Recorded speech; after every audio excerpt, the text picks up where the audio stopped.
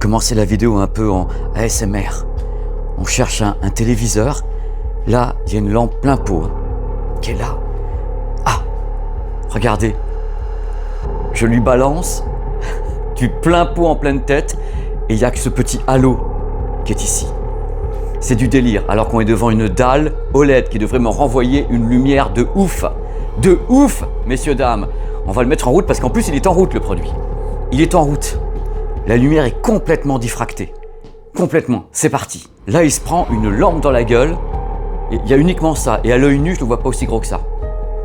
En temps normal, avec un téléviseur OLED, je peux vous garantir qu'on se prend un reflet de folie. Parce que là, il y a de la lumière. Ça vous donne une idée de ce qui va se passer dans cette vidéo avec un produit, je peux vous le dire par avance, qui n'a aucun équivalent technique dans le monde de l'OLED. Aucun.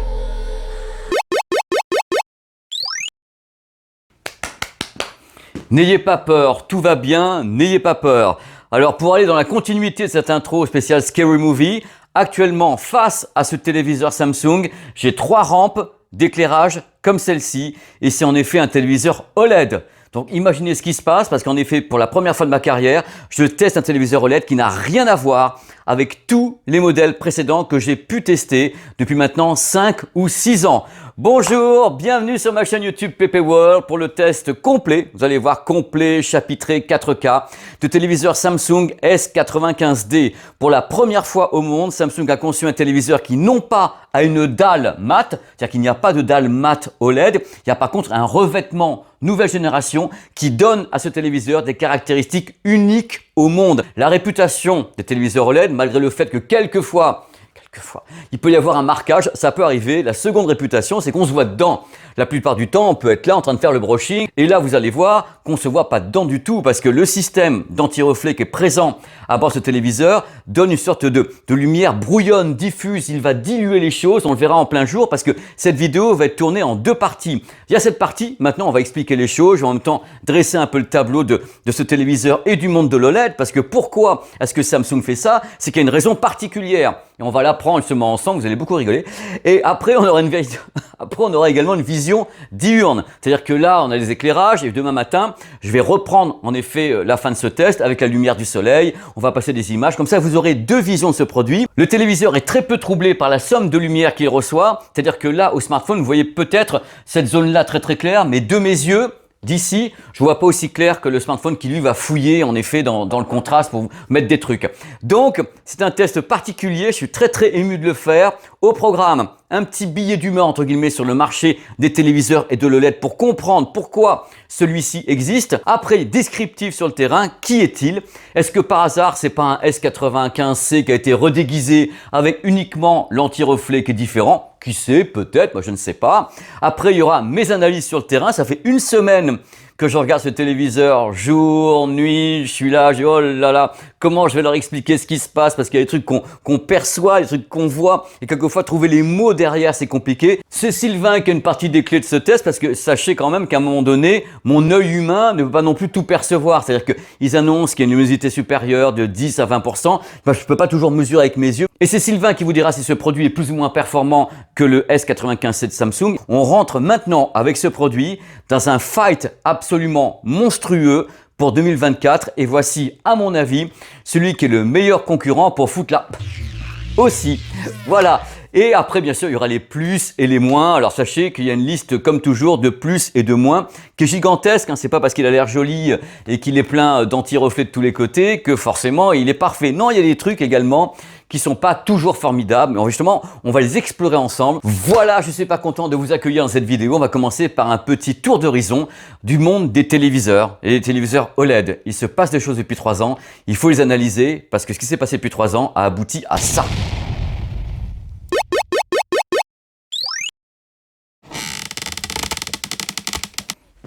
Faut qu'on parle un petit peu. Avant de débuter le test, je vais vous faire une sorte de petit billet d'humeur, comme ça on pourra en parler ensemble. C'est la vidéo du dimanche, on a le temps, c'est chapitré. J'ai envie de vous parler un petit peu de ma passion pour les téléviseurs. C'est-à-dire qu'en effet, ça fait des années sur la chaîne, vous avez beaucoup de tests de télé, il y a des moments, il y a même que ça, vous me dites « Oh, non, jette plus !» Oui, parce qu'ils arrivent en rafale par moment. En effet, à partir de maintenant, vous allez en avoir beaucoup, je vais essayer de varier les trucs. Mais là, le mois de mars, avril, mai, juin, ça va être le tir des téléviseurs pour l'année 2024. Et moi, j'ai jeté principalement m'ont dévolu sur les téléviseurs OLED. Bien sûr, j'aime les mini LED, j'aime les progrès faits par TCL, par plein de marques qui font en effet du mini LED vachement bien, Sony et autres. Mais là, j'aime beaucoup l'OLED parce qu'il y a un ratio de contraste qui me plaît beaucoup, puisqu'il n'y a pas de rétroéclairage. J'aime la teneur de l'image, c'est ce qui me rappelle le plus le cinéma, genre Dolby ou IMAX. Mais il faut savoir un truc très important, si vous comparez les téléviseurs OLED j'entends, messieurs, dames, d'il y a 3 ans avec ceux de maintenant, ça n'a plus rien à voir. Il y a 3 ans, on avait en général que des dalles LG Display qui étaient classiques, qu'on appelle OLED. Et il y avait des dalles qu'on appelait Ivo qui étaient plus lumineuses. Voilà, c'était ce qu'il y avait il y a 3 ans. Et tout à coup, s'est pointé entre-temps une menace qu'on n'a pas vu venir, enfin, peu de gens ont vu venir, Samsung qui dit « Come back my love, don't go away », c'est-à-dire que Samsung avait abandonné l'OLED, s'est remis à penser à l'OLED, a dit « Je vais en faire, mais attention, je vais faire de l'OLED, pas vraiment comme le fait LG ». Et est arrivé la rumeur du QD OLED, c'est-à-dire un OLED à la sauce Samsung, avec donc des quantum dots, avec une façon de travailler différente. Et on a commencé à avoir des tas de détails techniques sur l'arrivée probable du QD OLED, on l'avait appelé comme ça, donc quantum dot OLED, de Samsung, qui serait plus lumineux que le système classique, donc le OLED, qui aurait une meilleure couverture des espaces colorimétriques, donc plus de couleurs fidèles, plus vibrantes, avec plus de teintes, et un meilleur angle de vision et tout le tintouin. Et là, on se dit, mais alors, qu'est-ce qui va se passer? D'un côté, on a LG Display avec les dalles Ivo, et de l'autre côté, on a Samsung qui se repointe avec la force de frappe de Samsung, vous l'avez vu dans la vidéo il y a 15 jours, une force de frappe gigantesque. Et en effet, l'arrivée effective du QD OLED, vous avez vu le test sur cette chaîne, a donné naissance à un OLED surgonflé, surpuissant au niveau de la colorimétrie, luminosité et autres. Il n'a pas fallu longtemps à LG pour réagir et créer de son côté ce qu'on appelle la dalle MLA. Vous avez entendu parler de ça aussi. Ce sont des micro-lentilles que l'on place devant. En effet, on ne touche pas trop à la dalle, mais c'est boosté, on a des trucs de plus. Bon, bref, on a poussé la luminosité à fond pour battre le QD OLED de Samsung. Bah, qu'est-ce qui se passe? À la base, c'est que les deux Coréens, vulgairement, se foutent sur la gueule. C'est-à-dire qu'avant, LG était dans son coin en disant « moi je fais de l'OLED » et l'autre n'en fait pas, tralala. Et du coup, l'autre il a dit « bah tiens, je vais faire de l'OLED, mais à ma façon, et je balance le QD OLED ».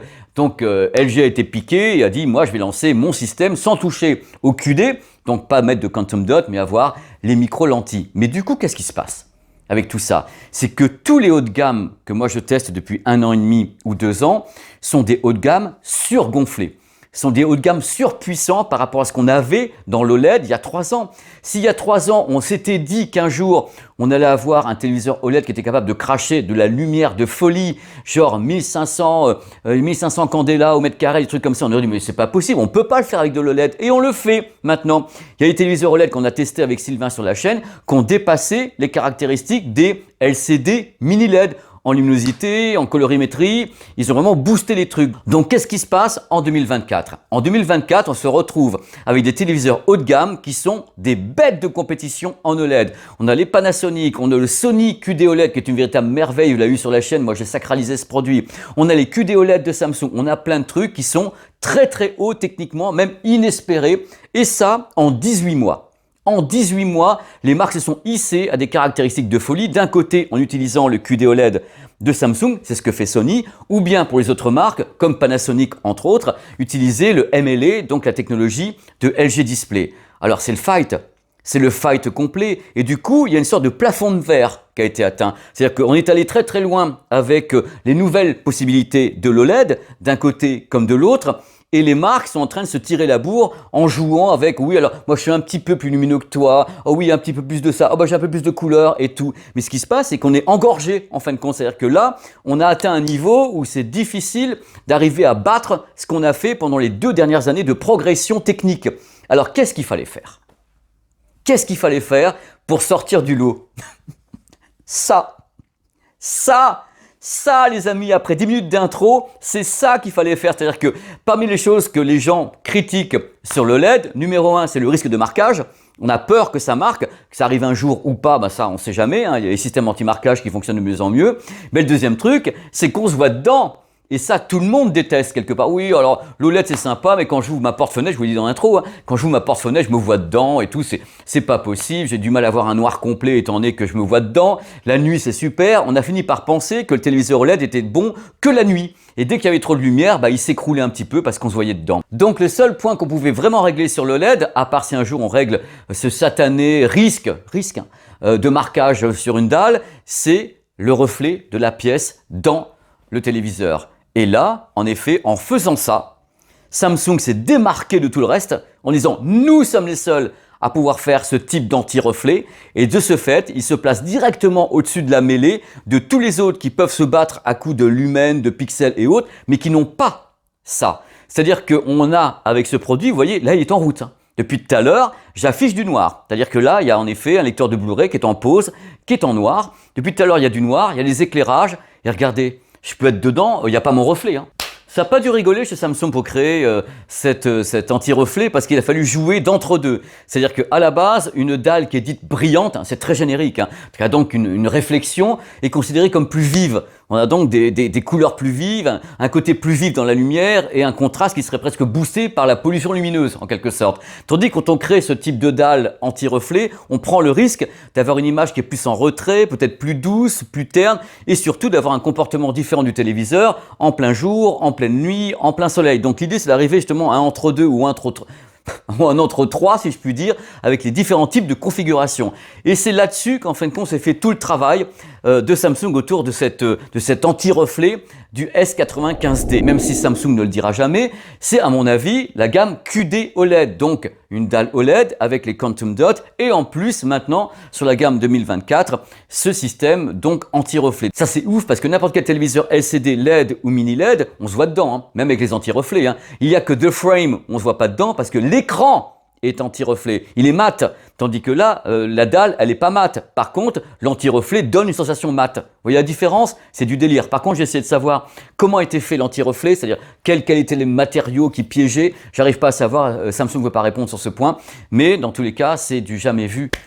Je sais que je fais une intro vachement longue, je sais que voilà, je me répands toujours, mais je voulais vraiment vous expliquer ce qu'était actuellement l'état du marché des téléviseurs et notamment de l'OLED, ce qui s'est passé depuis 2 ans qui conditionne l'arrivée de ce produit. Du coup, Samsung se place au-dessus de la mêlée en se disant « Hey, maintenant attrape-moi si tu peux ». Vous pouvez pas savoir comme je suis heureux parce que là, je vis des choses qui sont rares dans la vie d'un mec comme moi, c'est tester pour la première fois un produit qui n'avait jamais existé sous cette forme.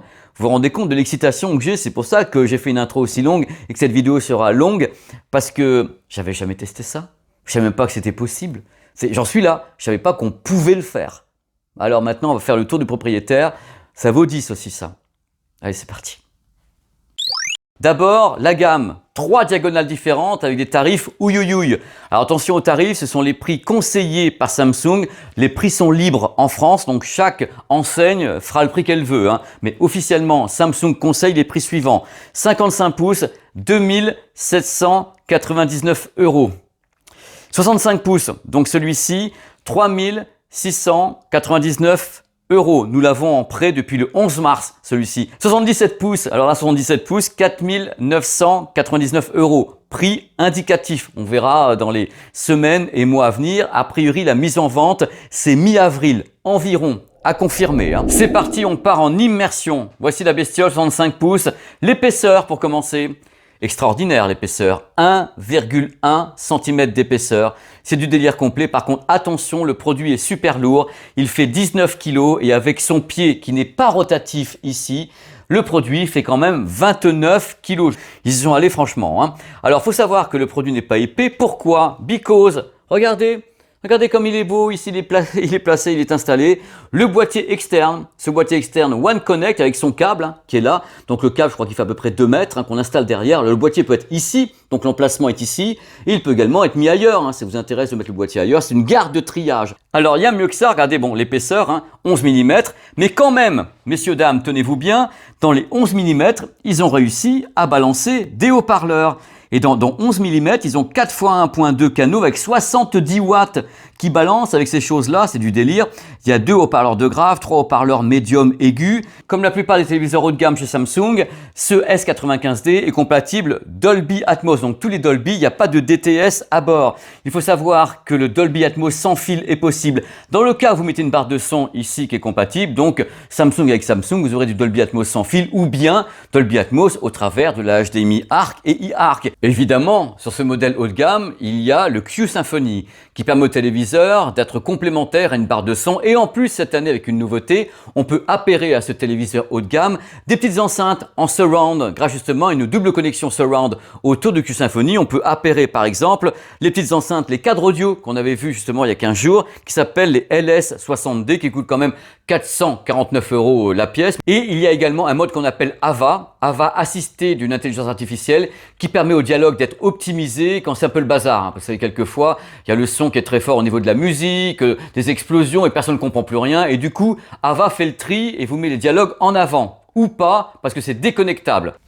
Suite du tour de propriétaire avec la dalle, une dalle OLED. Une dalle OLED et pour la première fois, 144 Hz. Donc pour les je m'en étouffe de joie. Pour les gamers qui veulent avoir un PC comme ça avec des jeux en 144 Hz, c'est possible. HDR, HDR10+, il n'y a pas de Dolby Vision chez Samsung, c'est pas du tout prévu, ou alors, je sais pas, un coup de lune, on sait pas. Alors, il faut savoir que Samsung annonce une luminosité supérieure de 20% par rapport au modèle C. Donc là, c'est Sylvain qui va nous dire, hein, parce qu'à un moment donné, moi, mes yeux, pour moi, c'est super lumineux. Hein, je suis déjà devant en disant, oh là là, n'en jetez plus. Mais Sylvain nous dira s'il y a oui ou non plus 20% de luminosité par rapport au modèle 95C.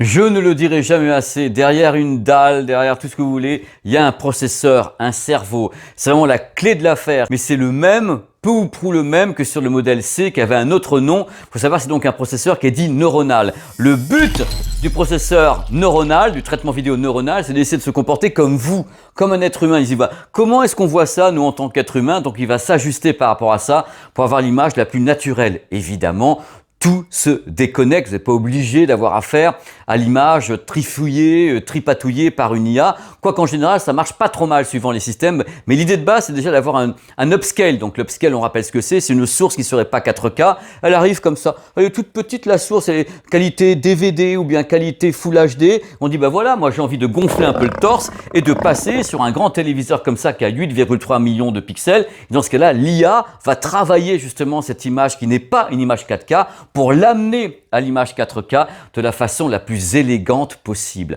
Donc c'est l'idée d'avoir en effet un upscale qui est assisté par une IA. En général, ça fonctionne super bien. Déjà sur le C, ça marchait bien, donc comme c'est la même chose, on aura des résultats peu ou prou équivalents. Mais vous verrez tout à l'heure, sans faire de spoil, vous verrez tout à l'heure que dans la qualité de l'image, de ma perception que j'ai eue de l'image en plein jour ou en pleine nuit, cet écran, ce filtre anti-reflet a une influence quand même sur ce qui va se passer. Au-delà de ce que peut faire justement le cerveau, ce que peut faire en effet un processus. Au revoir. Sachez que moi, à l'œil nu, pour moi, ça c'est noir. Hein. C'est parce que là, de l'autre côté, le smartphone pousse. Le smartphone, il voit du noir, il pousse dedans. Hein.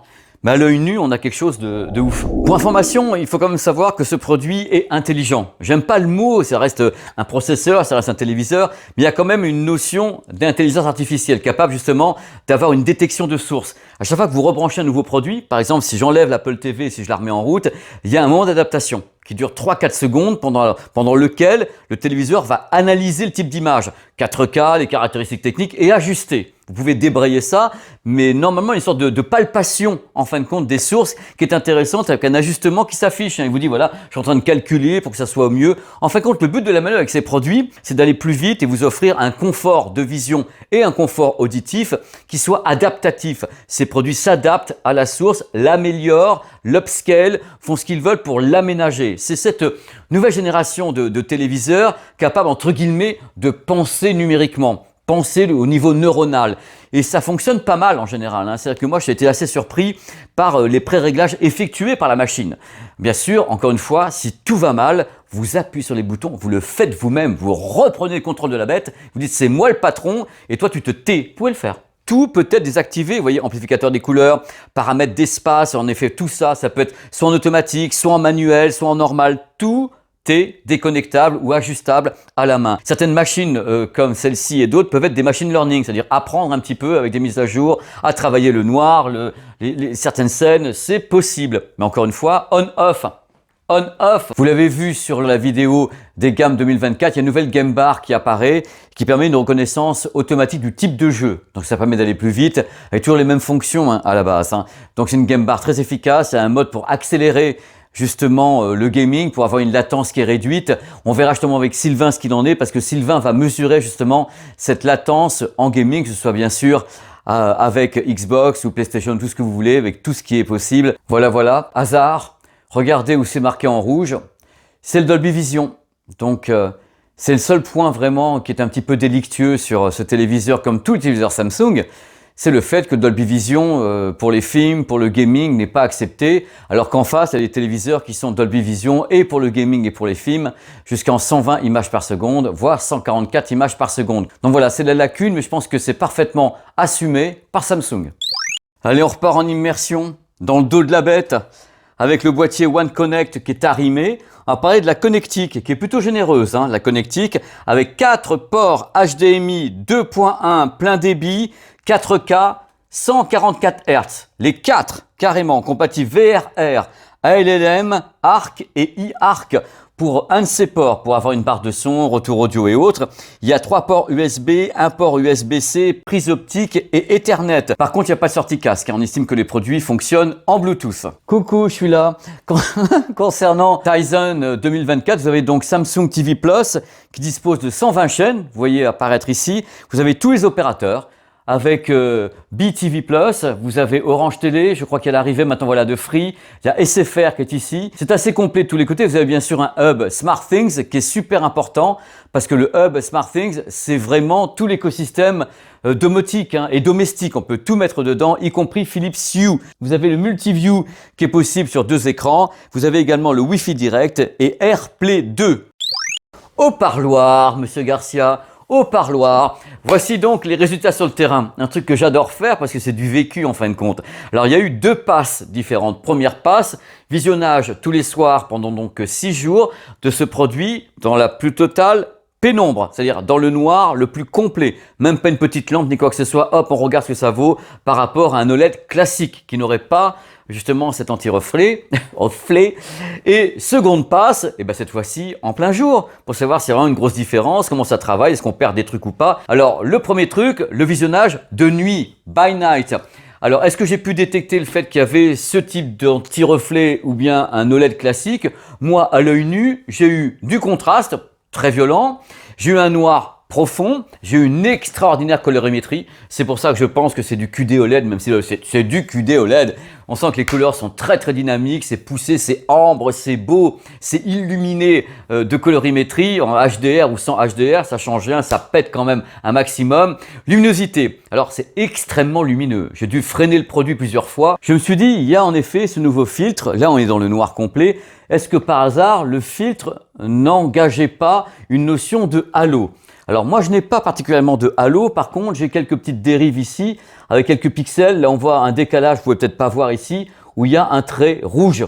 Donc il y a quelque part, quelquefois des tout petits pixels décalés, mais il n'y a pas de halo au sens propre du terme qui serait créé réellement par l'anti-reflet. Alors de là à vous dire si oui ou non il est plus lumineux que le précédent, à l'œil nu, moi j'y arrive pas. Donc c'est une très belle image. Alors j'ai remarqué un truc quand même assez étonnant sur cette image, c'est que je l'ai trouvé, sans qu'il y ait des manipulations techniques dessus ou des modes, un truc comme ça, j'ai trouvé extrêmement douce. C'est-à-dire qu'elle est à la fois nuancée, douce, définie, je trouve que c'était non agressif, un pacte de non-agression. Alors je ne sais pas si c'est lié à l'anti-reflet, je trouve ça très doux et je pense que c'est lié parce que les dalles qui sont dites plus classiques, comme c'est de la verrerie un peu différente, on a une sensation de brillance avec les dalles et les revêtements plus classiques de l'OLED. Là, comme c'est un revêtement un peu différent, je me permets de croire que cette douceur est liée justement à cet anti-reflet particulier qui n'avait jamais été fait comme ça sur un OLED et c'est agréable.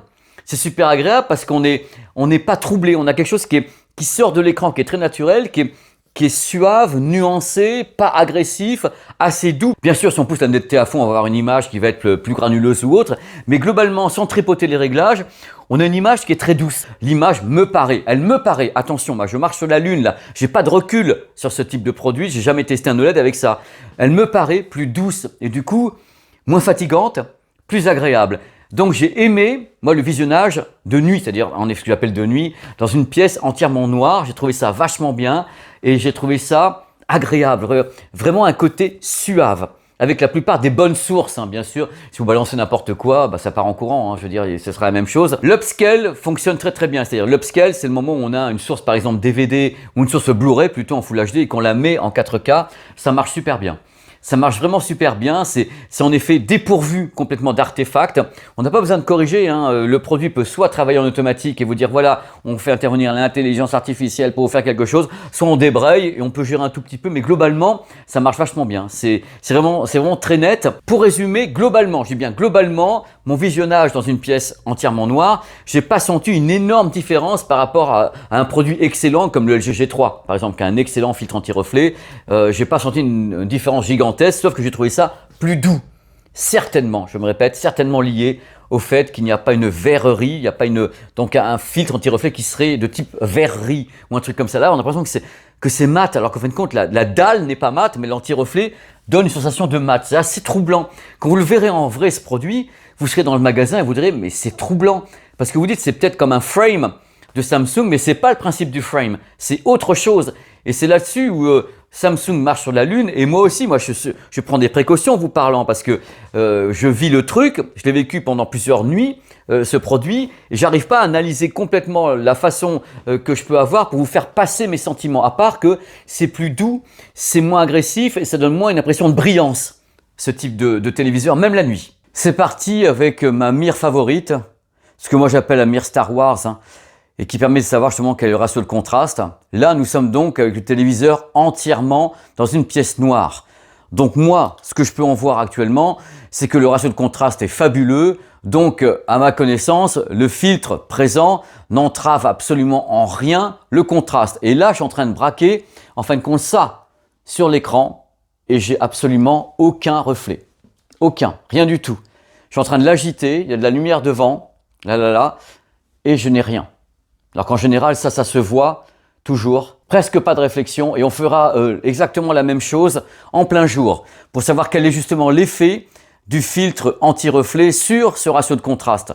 C'est ce qui, entre guillemets, m'inquiète un peu, parce que là, dans le noir, il est évident que le téléviseur se comporte normalement. Il n'a pas à faire, entre guillemets, actionner son filtre anti-reflet, donc l'image est libre, hein. Elle est totalement libérée, les points blancs sont très clairs, le ratio de contraste est très très bon, il n'y a pas de problème là-dessus, il n'y a pas de souci.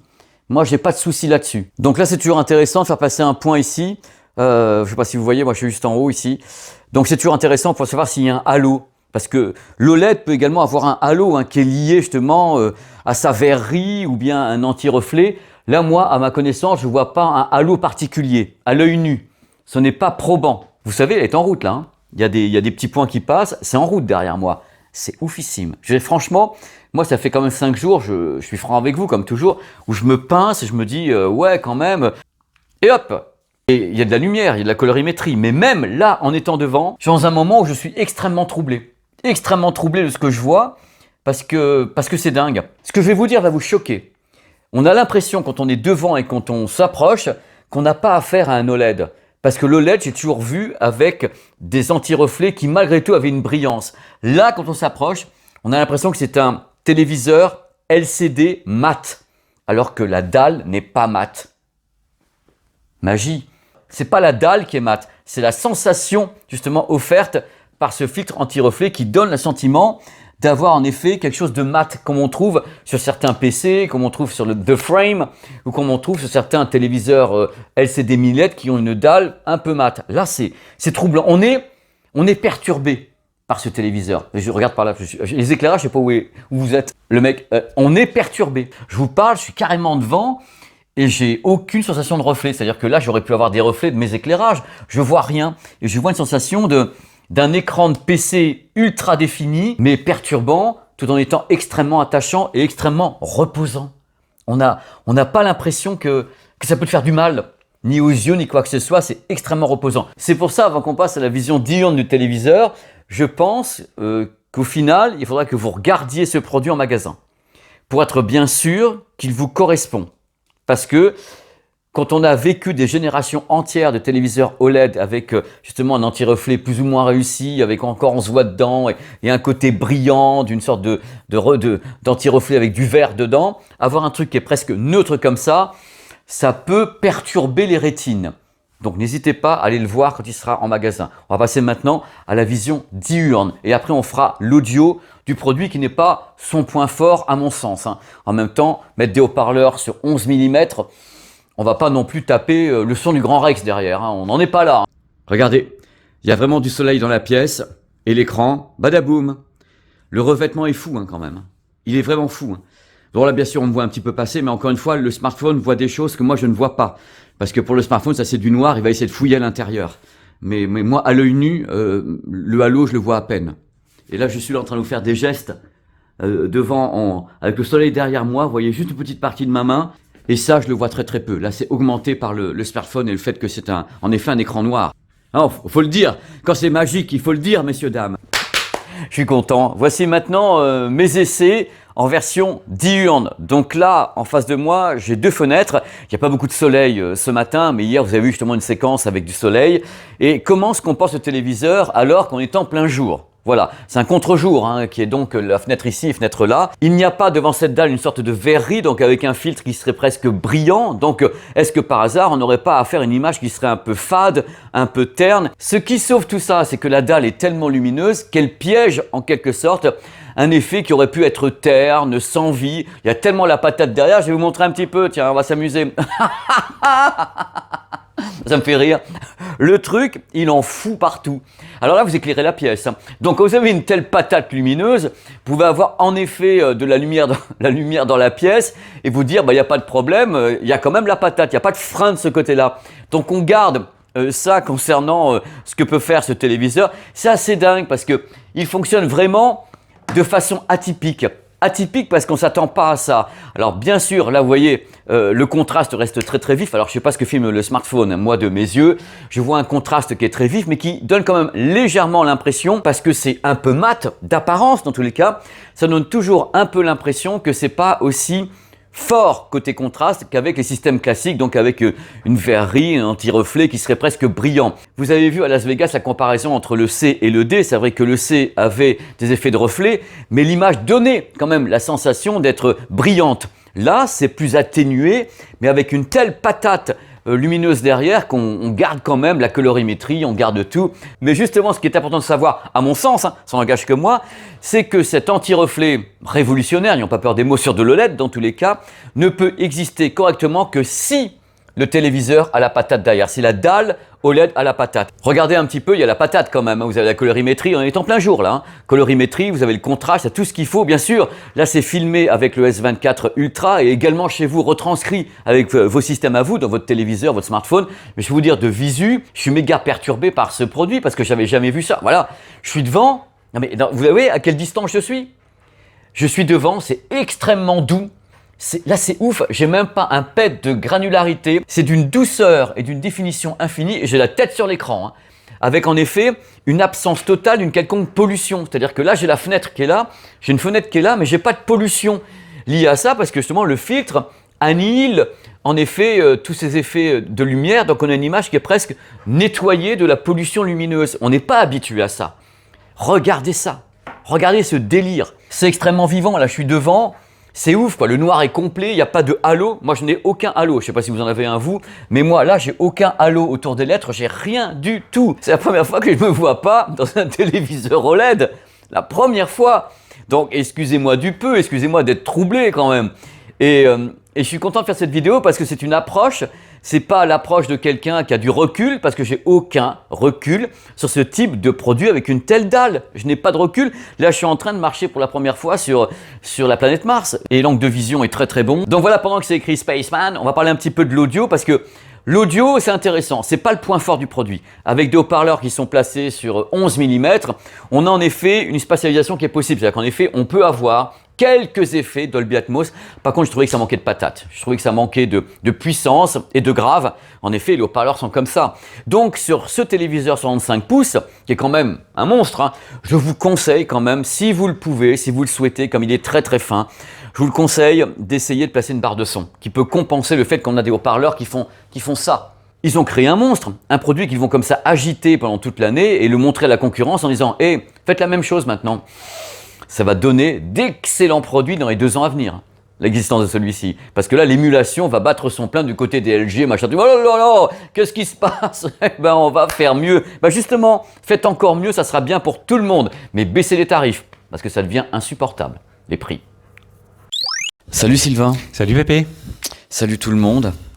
Voilà, il est là, et comme je dis dans l'intro de la vidéo, je crois qu'il a la clé.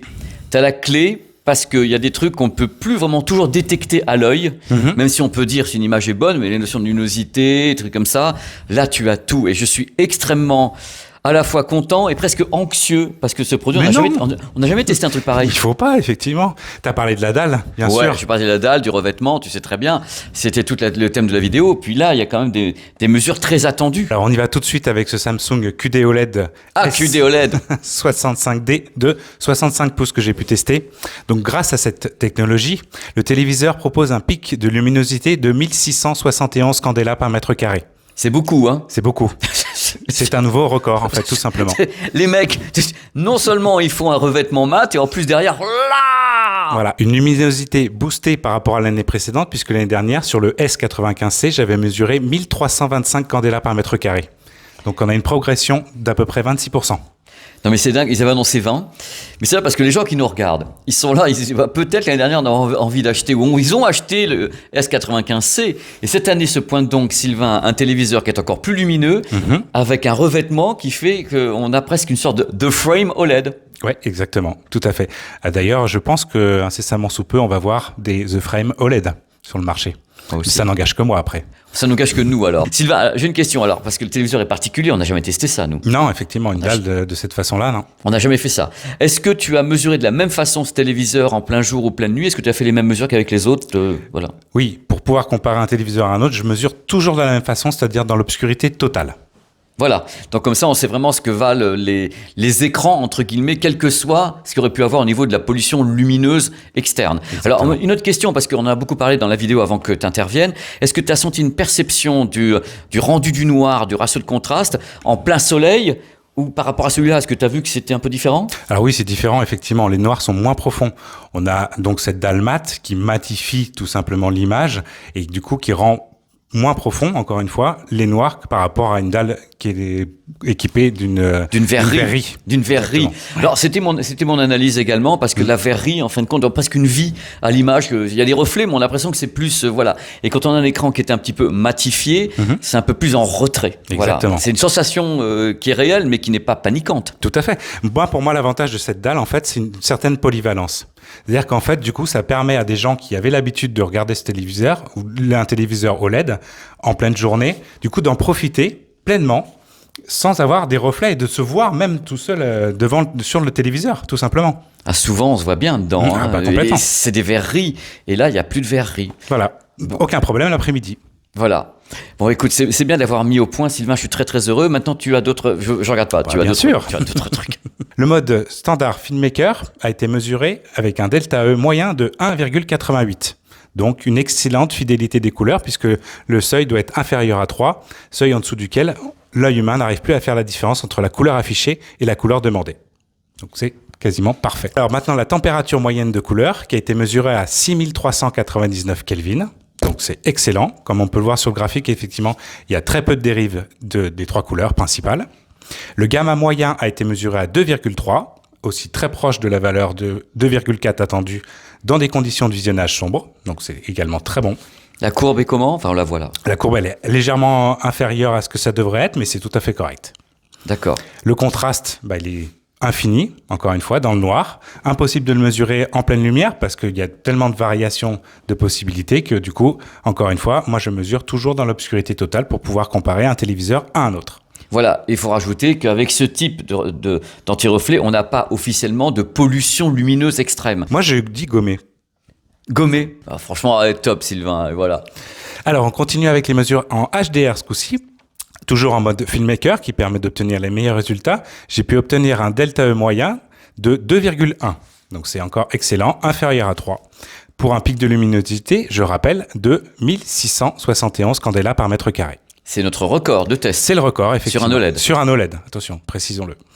En plein écran, c'est aussi très bon puisque j'ai pu mesurer ce téléviseur à 317 candela par mètre carré contre 279 sur le modèle précédent, le S95C. C'est record, ça aussi, cette valeur sur. Bon, j'ai jamais vu ça encore. Non, effectivement, tout à fait. Ça bat également le Sony. Bon, le Samsung S95C battait déjà le Sony, qui était sous la référence A95L. Qui était un bon produit. Hein. Oui, un excellent produit, l'un des meilleurs de l'année dernière, qui était à 251 candela par mètre carré dans ces circonstances de luminosité plein écran. On est d'accord, Sylvain, que ce sont des luminosités. Ce n'est pas non plus, il faut pas que les gens, parce que tu sais que les gens commencent à se dire, oui, cette course au lumen et tout. Moi, je pense qu'il y a une sorte de vengeance du monde de l'OLED, qui pendant des années, on lui a dit, il n'y avait pas de lumière. Bah oui. Et les mecs, justement, chez Samsung, avec Samsung et Sony, du coup, avec le QD OLED, chez LG, dit, bah tiens, il n'y avait pas de lumière, bah maintenant tu vas en avoir. Voilà. Et du coup, chaque année, il y a un petit gap. et de l'autre côté, il y a les gens qui nous regardent qui disent ah oui, j'ai acheté un S95C, il est pas assez lumineux. J'ai acheté un G3, il est pas assez lumineux. Voilà, on verra le G4. Mais le truc, c'est qu'il y a une course, comme si c'était pour exorciser le monde de l'OLED. Complètement, mais ça rattrape le retard. Il y a certains LED qui sont moins lumineux que certains OLED maintenant, tout simplement. Qui l'aurait dit il y a 5 ans? Ah bah là, effectivement, il y a un gap technologique qui a été franchi, clairement. Hein. Il y a 2 ans, personne n'aurait pu dire ça. Personne. Allez, on continue, Sylvain, c'est passionnant. Tout à fait. Alors, on continue avec les mesures en mode cinéma, qui est pas mauvais non plus, toujours en HDR. Un delta E moyen de 2,25. Donc, c'est très bien. Un pic de luminosité de 1660 candela par mètre carré. Excellent. Alors, je sais pas si tu en as parlé des modes intelligents sur ce téléviseur. Ouais. Voilà. Je les ai mesurés également. Parce que bon, ça abîme un petit peu la rétine quand même un petit peu. Vérifier avec déjà à l'œil, mais vérifier avec les mesures. Le mode intelligent optimisé a été mesuré avec un delta E moyen de 7,29. Donc c'est largement au-dessus des 3. Ça veut dire que vous allez avoir une dérive de couleur absolument dingue. Vous avez la patate, mais ça part de tous les côtés. Ouais. Voilà, il faut pas toujours le laisser faire, ça dépend des fois. Pourtant, avec un pic de luminosité inférieur au mode filmmaker, puisque le pic de luminosité dans ce mode intelligent optimisé a été mesuré à 1465 candela par mètre carré, contre, je le rappelle, 1671 candela par mètre carré en mode filmmaker. Vous savez ce qu'il faut utiliser dans ce cas-là, hein. Mais le mode où on le laisse un peu faire, c'est vrai que c'est extrêmement flashy. C'est presque un mode de démo magasin. Bah complètement. Ouais. Moi, c'est comme ça je l'ai considéré en tous les cas. C'est un mode de démo magasin. Il en fout partout. C'est-à-dire c'est wow. Le deuxième, qui s'appelle confort visuel, le delta E, pareil, est au chou. 7,25, donc on largement au-dessus des 3. Pour un pic de luminosité, tenez-vous bien, de 1759 candela par mètre carré. Voilà, c'est même pas un record à ce niveau-là. Mais l'image est un peu crachou, dégueu. Un peu crachou. C'est un peu dégueu, mais vous mettez vos lunettes de soleil. On ne peut pas tout avoir. Hein. Non, en plus, il y a un traitement numérique qui est appliqué. Il y a des décrochages autour des objets, etc. Enfin, c'est pas du tout satisfaisant. Merci. C'est dit. Sylvain. On passe maintenant aux couvertures des espaces colorimétriques. Le premier et le plus simple, le BT709, a été couvert à 99,9%. Donc c'est parfait. Le DCI-P3 est couvert à 99,76%. QD OLED. Voilà, QD OLED, effectivement. Celui de l'année dernière faisait également la même mesure. QD OLED. À 0, quelque chose près. Et maintenant, la plus exigeante, la couverture de l'espace BT2020 est couvert à 98%. C'est là qu'on sait qu'on a une dalle QD OLED. Allez, au cœur, c'est du QD OLED. Voilà tout ça, parce qu'aucune dalle OLED actuellement peut avoir ces caractéristiques en colorimétrie. Non, en White OLED, effectivement, on avait mesuré le Panasonic MZ2000 à 74%. Donc on est sûr, dans tous les cas, que celui-ci, c'est du QD OLED. N'est-ce pas, Samsung? C'est les emmerdeurs. Alors la suite, c'est quoi ce schéma? Alors on passe à la partie gaming maintenant. Ouais. Donc je félicite Samsung pour avoir toujours ces 4 ports HDMI 2.1. 144 Hz en plus. 144 s'il vous plaît, effectivement. Alors il y a plusieurs modes jeu, je crois que tu en as parlé effectivement. Ouais. Le mode automatique maintenant. Qui détecte. Qui s'active par défaut. Alors qui s'active par défaut, c'est pas forcément une bonne chose parce qu'en fait, du coup, la luminosité est bonne, mais par contre, la fidélité est pas terrible. Moi, je l'ai mesuré à 8,28, donc c'est pas terrible effectivement. Pour un pic de luminosité à 1685 candela par mètre carré quand même. D'accord. Ouais. Et quand on enlève le mode auto? Alors, on peut le mettre sur le mode original. Par contre, là, on obtient des meilleurs résultats puisqu'on obtient un delta E moyen de 2,02. Donc c'est bien pour le coup. Mais ce qui est bien, ce qu'il faut quand même dire aux gens, Sylvain, c'est que les gens ont le choix. Bien sûr. Soit ils l'utilisent, c'est-à-dire la détection du type de jeu, soit ils disent j'en veux pas, Et ils le font manuellement. Alors, le fameux input lag, le temps de réponse, a été mesuré à 9,2 millisecondes sur ce téléviseur, donc c'est excellent. On était à 9,3 millisecondes l'année dernière. 9,2, c'est quand même top, quoi. Tout à fait. C'est moins d'une image de retard entre le moment où le joueur appuie sur le bouton de la télécommande et où l'action se déroule à l'écran. Et est-ce que par hasard on va attaquer la consommation ou pas maintenant? Bah oui. Parce que je suis assez, je me demande, je suis assez inquiet quelquefois avec certains modèles de certains téléviseurs de belles marques. Il ne faut surtout pas être inquiet sur cette rubrique. En fait, en consommation SDR, j'ai pu mesurer une consommation moyenne de 60 Wh pour ce téléviseur de 65 pouces.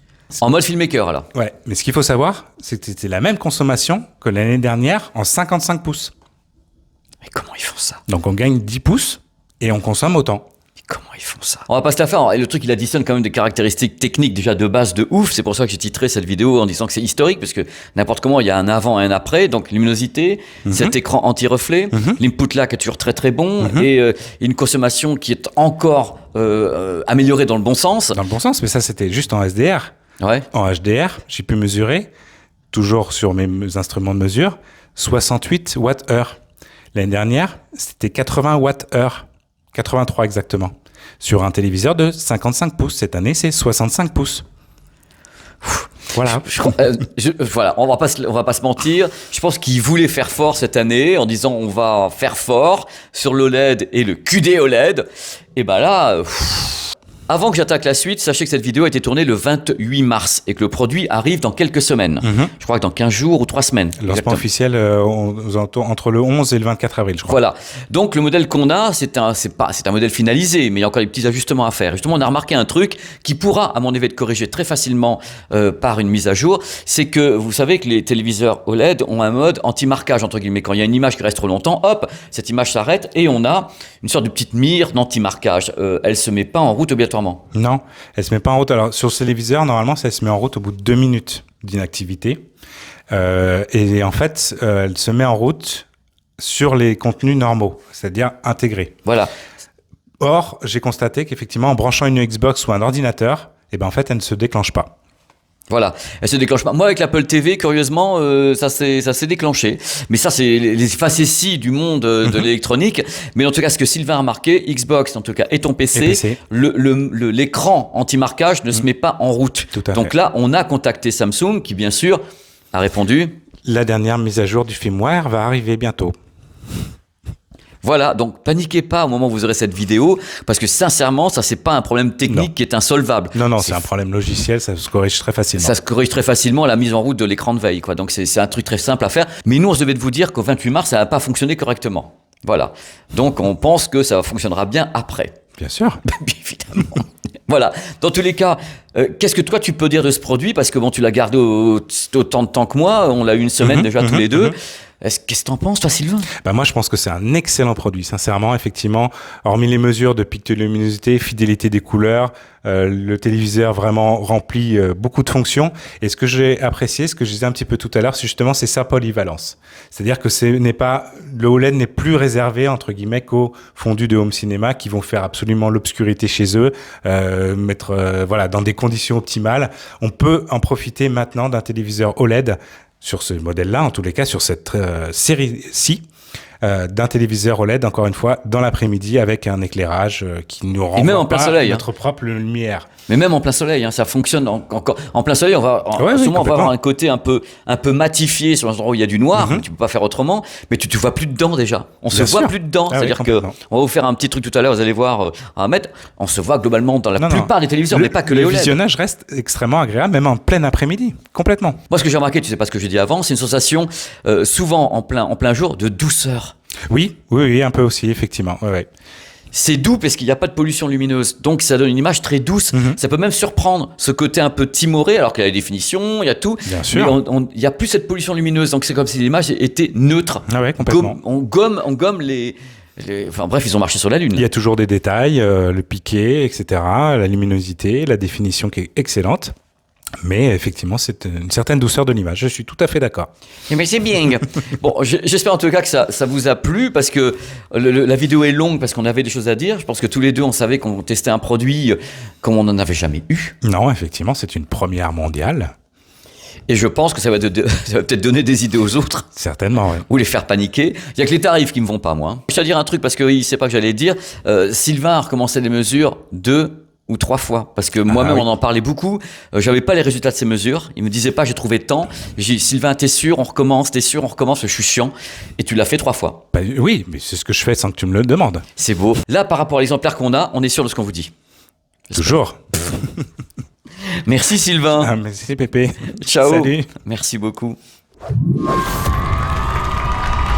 Un téléviseur unique au monde. On n'avait jamais eu un téléviseur OLED avec ce type d'anti-reflet qui lui donne une sensation d'écran mat. C'était jamais arrivé. On avait bien sûr The Frame chez eux. Donc en quelque sorte, ce téléviseur OLED, QD OLED et The Frame version OLED. Tout simplement, même si le concept n'est pas le même, mais au final, c'est dingue. On n'avait jamais vu ça.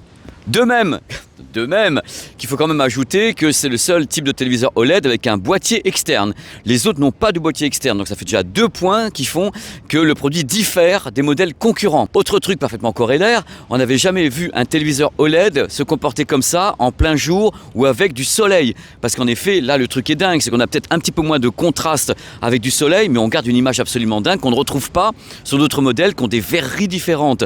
Là on marche sur la Lune et dans le cas présent on marche sur la plage de Ventura, à côté de Thousand Oaks. C'est beau, hein? Un très beau traitement vidéo. Bien sûr, il y a plusieurs modes, on a vu tout à l'heure avec Sylvain, pour avoir des résultats différents, mais globalement, l'image est extrêmement maîtrisée. Le truc important également concernant ce que je viens de vous dire, c'est que l'image n'est pas polluée. Elle n'est pas polluée par le soleil ou des reflets ou des trucs comme ça, étant donné que l'aspect de dalle mat est immédiat. Donc on n'a pas de pollution qui pourrait troubler les caractéristiques de l'image, excepté le fait que quand il y a du soleil, on perd la notion de contraste, on perd un peu, attention, c'est pas en train de s'écrouler, on a une petite perte de notion de contraste et de rendu du noir. Mais à part ça, on a une image avec des couleurs et tout, Sylvain vous l'a dit, c'est assez étonnant, nous on n'avait jamais vu ça. Une très belle colorimétrie, c'est fulgurant, c'est très impressionnant. Une très belle définition d'image, un très beau piqué, très réaliste avec des bonnes sources, hein, mettez pas non plus... Beaucoup de réglages dans le menu, tout n'est pas à utiliser, mais il y a vraiment du monde, hein, et on peut vraiment jouer sur l'image, le son, c'est un menu extrêmement complet. On peut bien sûr débrayer les automatismes, hein, croyez pas que tout est imposé, non, si vous voulez pas des trucs, vous les enlevez. Enfin, une dalle OLED 144 Hz. Après les autres quand même, hein. Oh. Les 4 ports HDMI sont en 2.1 plein pot avec bien sûr du 144 Hz, donc 4K à 144 Hz sur les 4 ports HDMI 2.1. Voilà, c'est ce qu'on veut. Une très belle barre gaming. Moi, j'ai toujours aimé cette barre gaming chez Samsung et d'autres, hein, j'entends, mais chez Samsung, j'aime bien aussi. Avec cette fois-ci, une reconnaissance des jeux. C'est-à-dire, il dit le type de jeu en automatique. Bien sûr, on peut débrayer aussi. Hein. Possibilité d'ajouter 2 enceintes sans fil au téléviseur via Q-Symphony, c'est-à-dire barre de son reliée au téléviseur. Barre de son Samsung, bien sûr. Reliée au téléviseur, plus 2 enceintes Samsung. On a un concept complet géré par le téléviseur. Donc ça, c'est bien ça. Mais c'est uniquement Samsung avec Samsung, à ma connaissance. Télécommande à recharge solaire, c'est le moment d'en parler, ou bien recharge USB Type C. En vrac, AirPlay 2 à bord, SmartThings, Philips Hue, ainsi que Alexa, une partie des caractéristiques. Les Mwing, il y en a plein de moins, parce que croyez pas que parce que Sylvain et moi on vous a dit que c'était quand même top, qu'il n'y a pas de moins. On va commencer par les tarifs. It is a joke ou bien a joke? Alors les tarifs des 3 diagonales, c'est... Voilà, c'est à votre bon cœur, messieurs, dames. Mais les prix baissent normalement assez rapidement chez Samsung, mais à la base, ça m'a même un peu fait peur quand j'ai regardé. J'ai dit, oh là là là là là là là.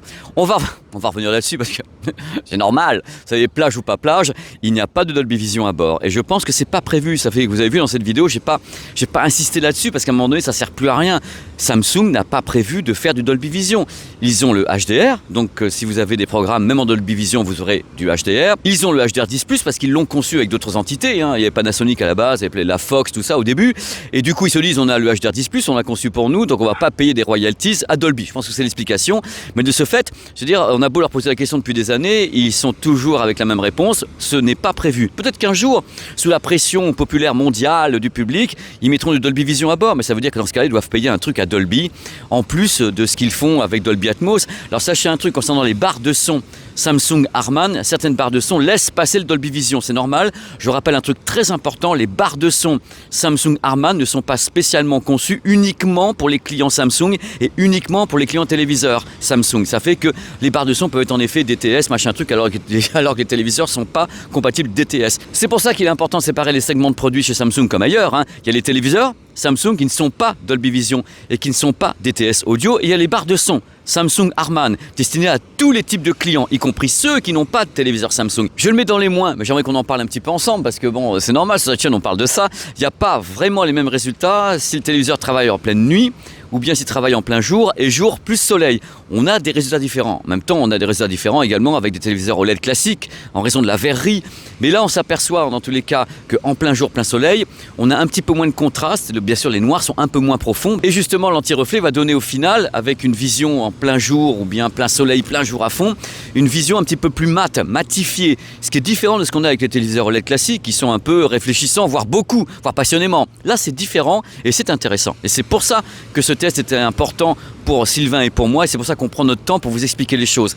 Et c'est pour ça que je vous encourage d'aller le voir dans les magasins pour être sûr que vous le voulez surtout. Le mec. J'ai des coups de soleil. Je le mets dans les moins, mais une fois que vous l'avez installé, on s'en fout un peu. Il est lourd. 19 kg celui-ci, le 65 pouces, avec un pied de 10 kg.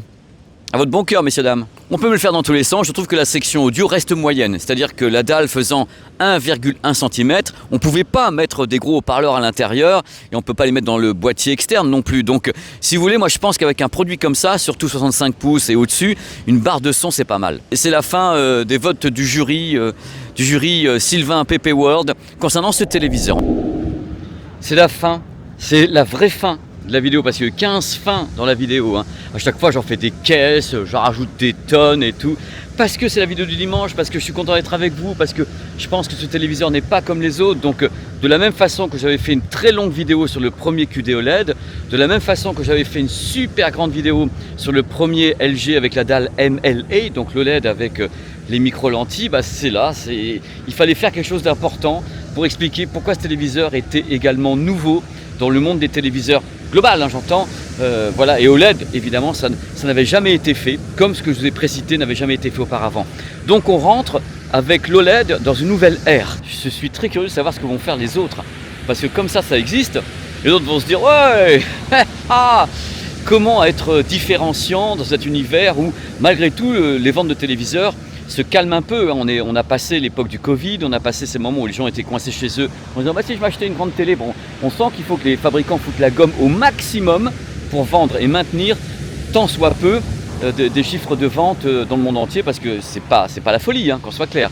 Donc voilà, c'est intéressant techniquement d'avoir pu tester ce modèle, et j'espère que cette vidéo vous a plu. Je trouvais encore une fois que l'apport de Sylvain était très important, parce qu'il y a des trucs que je ne peux plus arriver vraiment à détecter à l'œil. Voilà, dans tous les cas, entre son avis et le mien, j'espère que vous avez pu avoir ce que vous souhaitiez. Dans tous les cas, on a tout donné. On a tout donné, on a fait au mieux. Je vous embrasse, je vous dis à très très vite. Il y a plein de trucs qui arrivent sur la chaîne. Là, j'ai des gros voyages qui se pointent pour des reportages. Vous aurez de la distraction à bord. Il y a un test qui arrive aussi. Il y a des choses. Il y a des choses. Allez, je vous embrasse. Je vous embrasse. Derrière, c'était donc, si vous regardez sur la carte, la ville de Ventura. On est à 40 km de Thousand Oaks. Et donc, on est quand même à 1h10 de Los Angeles. Et à 40 minutes de Malibu. Voilà, parce que c'était calme aujourd'hui. J'ai pu tourner ici dans un truc calme pour pas avoir tout le monde derrière et tout. Parce que quand il y a du monde derrière, ça vous distrait. Vous écoutez plus ce que je dis. Et vous avez raison en même temps. Allez, je vous fais des bisous.